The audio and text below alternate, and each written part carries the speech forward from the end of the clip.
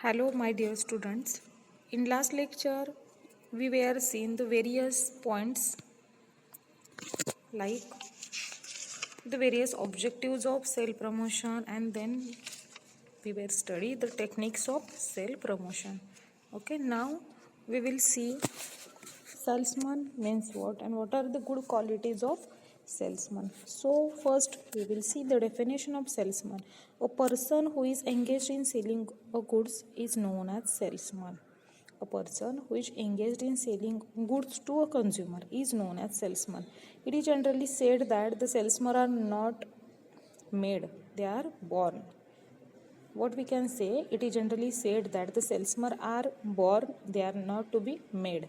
So it is not true in these days, because any person who wants to adopt a profession of selling any particular product, it gets or it required certain training.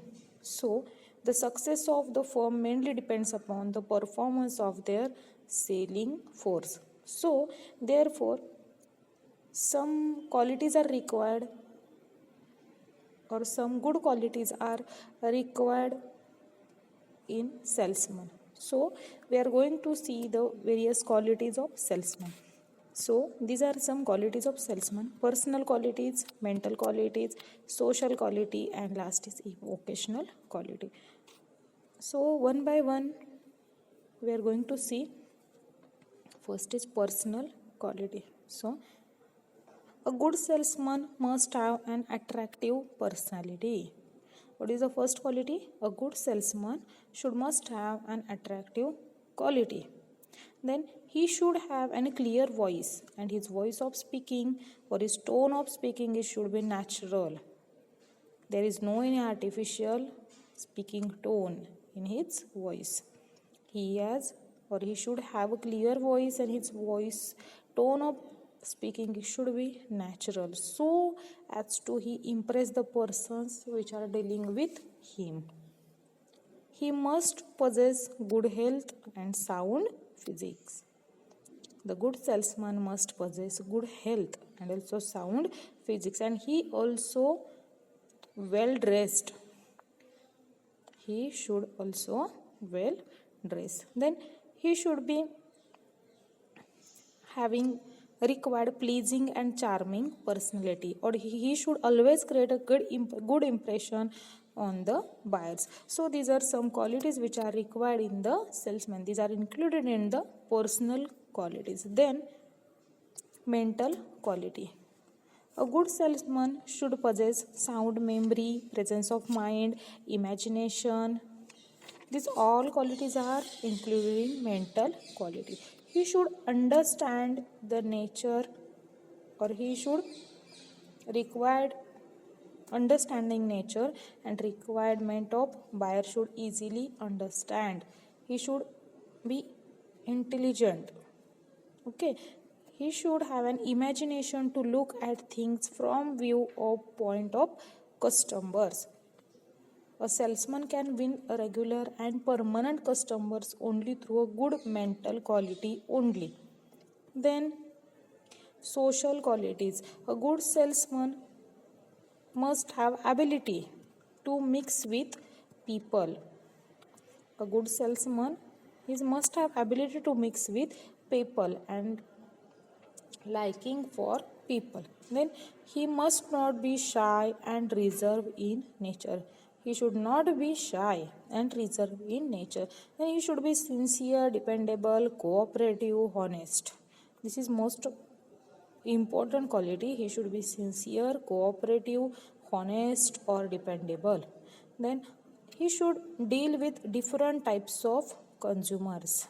Now in this point, a good salesman or a salesman is deal with different types of consumer. So therefore he should have patience to listen to his consumers and remove their objections.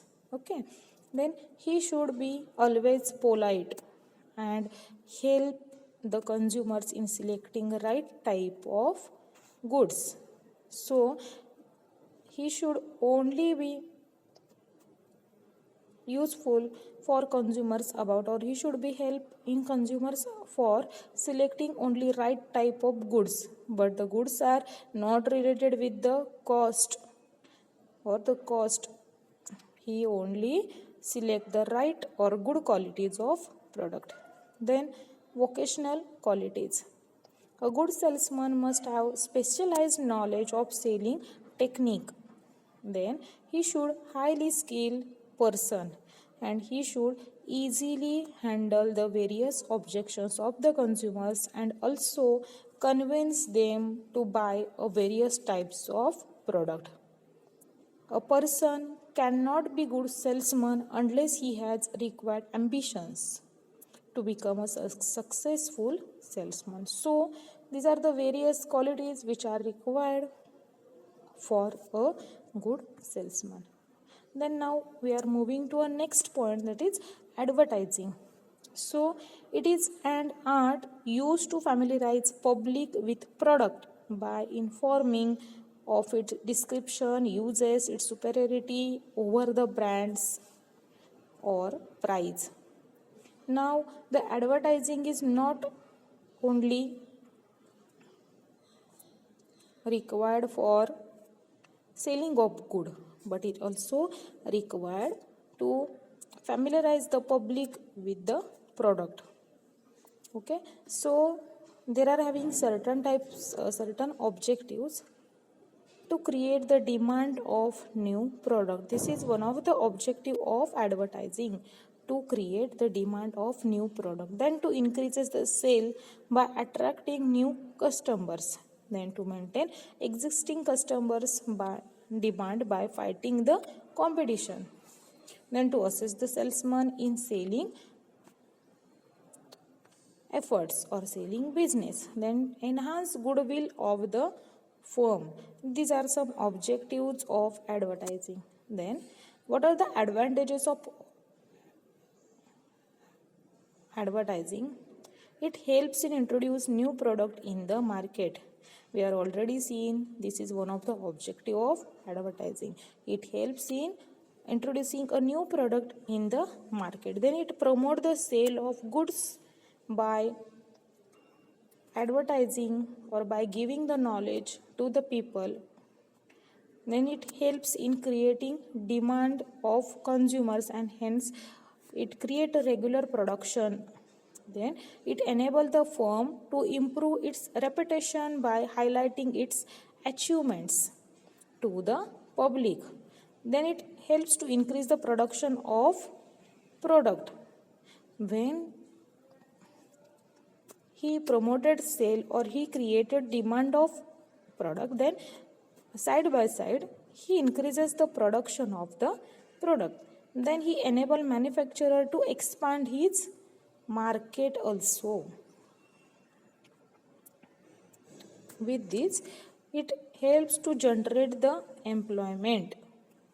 This is one of the advantage. It generates the employment for artists also, or for other persons in that line also. Then it provide information and educate consumers about the product. It also gives the revenue to the newspaper, magazines, doordarshans or radio also. It helps in maintaining uniformity and stability of the product. So side by side we will see the disadvantages of advertising. It increases the cost of production. When we are doing any advertising or when we are creating any product advertising, then side by side it increases its cost of production. Then it multiplies the needs of the consumers or needs of the people by inducing them to buy certain things which they really don't want, or really they are not need or cannot be afford, but they are multiplies the needs of the consumers. It does not necessarily increases the demand of the product and sale. So simply it shifts demand from one seller to the another seller, and huge wasteful expenditures in this occur. So therefore it increases the cost of the production.